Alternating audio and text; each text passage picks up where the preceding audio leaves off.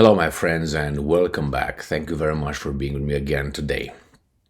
Concerning development, concerning for the Ukrainians, the Russians deploy 100,000 troops on a particular direction of the front, which is one that right now is the hottest since the Russians are advancing on that direction or that part of the front. I will show you on the map, and I have an article. Now, I don't know if you know, the Russians are conducting their offensive on 5 positions or 5 areas of along the entire 1,000-mile long front.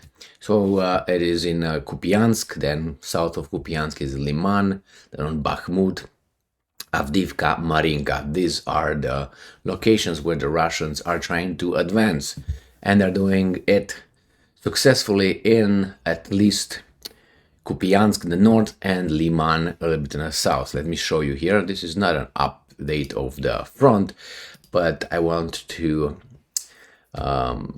make a little summary before I dive into the article. So this is where the Ukraine, obviously here is the whole front here.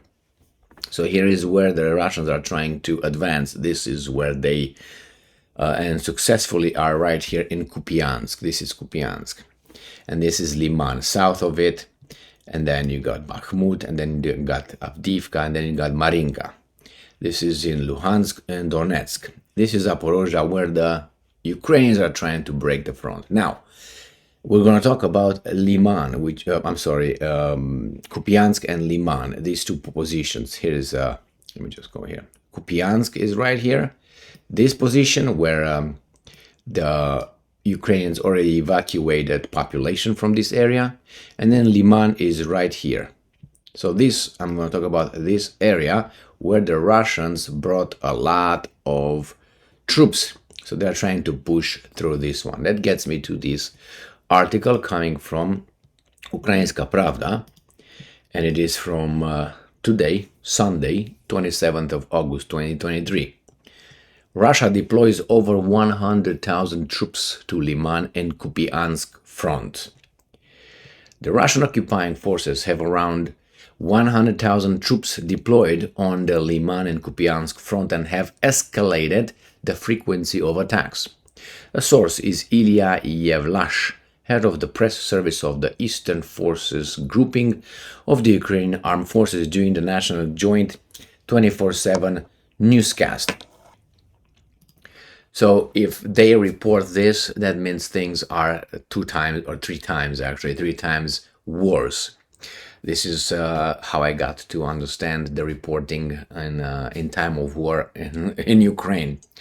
So when Ukrainians are succeeding somewhere, and they overemphasize it, inflates it 3 times. When the Ukrainians are losing, they deflate it 3 times. The same with the Russians. When the Russians are claiming something is between 2 times and 3 times. And the same thing, where we did this, we did that, that's 2 times inflation. Oh my God, we did this. And when they lose something, is 2 times to 3 times, deflation. So let's continue this article here.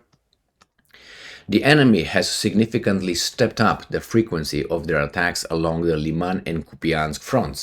For instance, as of 26th of August, they had carried out 620 attacks on our defenders' positions and delivered 15 air strikes. Looking at the entire area of the Lyman and Kupyansk fronts, about 110,000 Russian servicemen are deployed there. From a potential of what, 30 million? What's that? As I said, Russia is fighting this war, in idle mode. When your car seats, it's not no acceleration, no RPM going. You just a potential 30 million people could fight.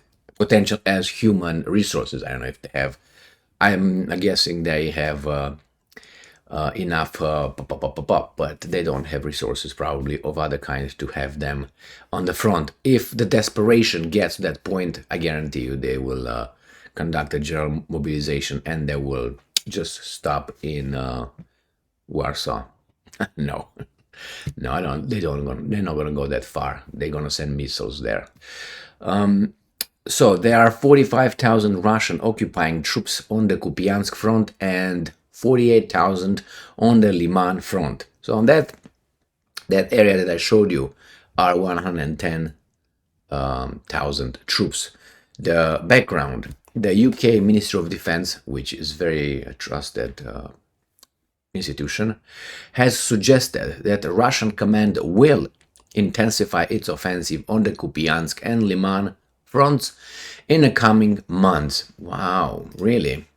So I must be better than them then. Anyway, it's so obvious.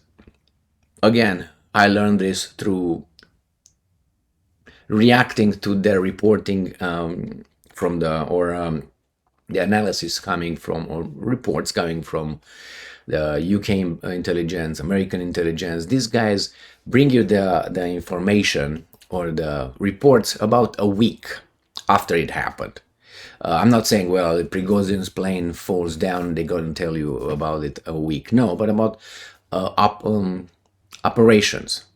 Operations on the front. If the Russians, let's say, break the front here, you're going to find out in about a week. These guys are going to wake up and finally admit why. They are waiting to see maybe in that week that achievement will be turned around, so they don't have to actually scare anybody. So here it is, my friends. I would say only 110,000 troops on that position. Let me show you again the front, so you can look as a scale. And here it is. So is to scale it on the whole front, on this piece right here, between this little red bullet and that black one right here, 110. As I said, the Russians, and this is supposedly the hot spot. So that means that there are less all around this. So if this is 110, how many times? I say 1, 2, 3, 4, 5, 6, 7. So there should be about what? 800,000 people here. But this is the hottest, then you're not going to have 110 everywhere on the 7th, whatever, 8 pieces, 7 pieces, 8 pieces. So as I said before, the Russians are not having on the front more than 700,000, 600,000, 800,000 people. I don't think I have 800,000 from the very $800,000, yes, 800,000 people on the front, and that put that in the context of a country with a population of 145 million people. That's, as I said, maybe 5% or let's say 7% of Russia's potential capability of fighting a war. That's why they don't call it a war, the Russians, and they call it an operation, special military operation, like a ping something over there. A war would say general mobilization, everyone goes and stops in Lisbon, Portugal. That would be a war for them. But these guys are just, they call it a so-called military. That's not all war. That's a controlled war. They talk to one another. Hey, we're gonna do, no, don't do this. We do this. We're gonna do this. We're gonna do a number. Total war or all war is like, I use everything I got. Imagine the Germans, I don't know, in the Second World War, not using some special airplanes or special bombs that they had, just because why? It's true that during the Second World War they didn't use chemical weapons. There are some stories that the British had anthrax ready. I think that's not stories. I think it's reality. The story goes that supposedly Churchill ordered the use of anthrax on Germans, but supposedly the generals did not agree with his suggestion. But that's an extra. So the Russians have weapons that they don't use, and they don't need them. They still have conventional weapons. So anyway, 110,000 troops on Lyman and Kupyansk front. I don't think it's a fantastic number, but maybe they don't need more than that. They know what they're doing, right? They're professionals, I guess.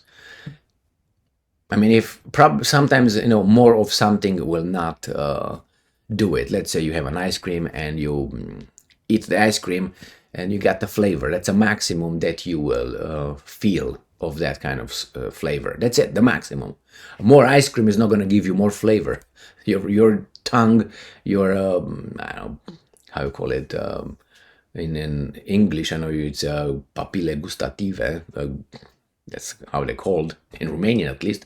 They will not be able to. That's their maximum of how much they will send to your brain, the sensation of that kind of taste. So the same here. Maybe if you send like you have a door and the door is this wide, you can send how many people you want. It's still going to be one person or two person at the time. So it's useless. Everybody's going to just stay over there and wait. The same at Thermopyle, the Thermopolis, with a Spartans 300. The same. They had that little narrow pass. You can send millions. They're still going to have the same. The Persians send over there how many they were over there. They still have that's it. The fighting front was this, and the whole thing was behind. So they were still engaging only that wide. So maybe that's why they can't. They're gonna send what 3 million people over there on a front like this, and we don't know what exactly the Ukrainians have on the other side, on the opposite side. So thank you very much for being with me again today. Stay strong, stay smart, look for the truth, and be just.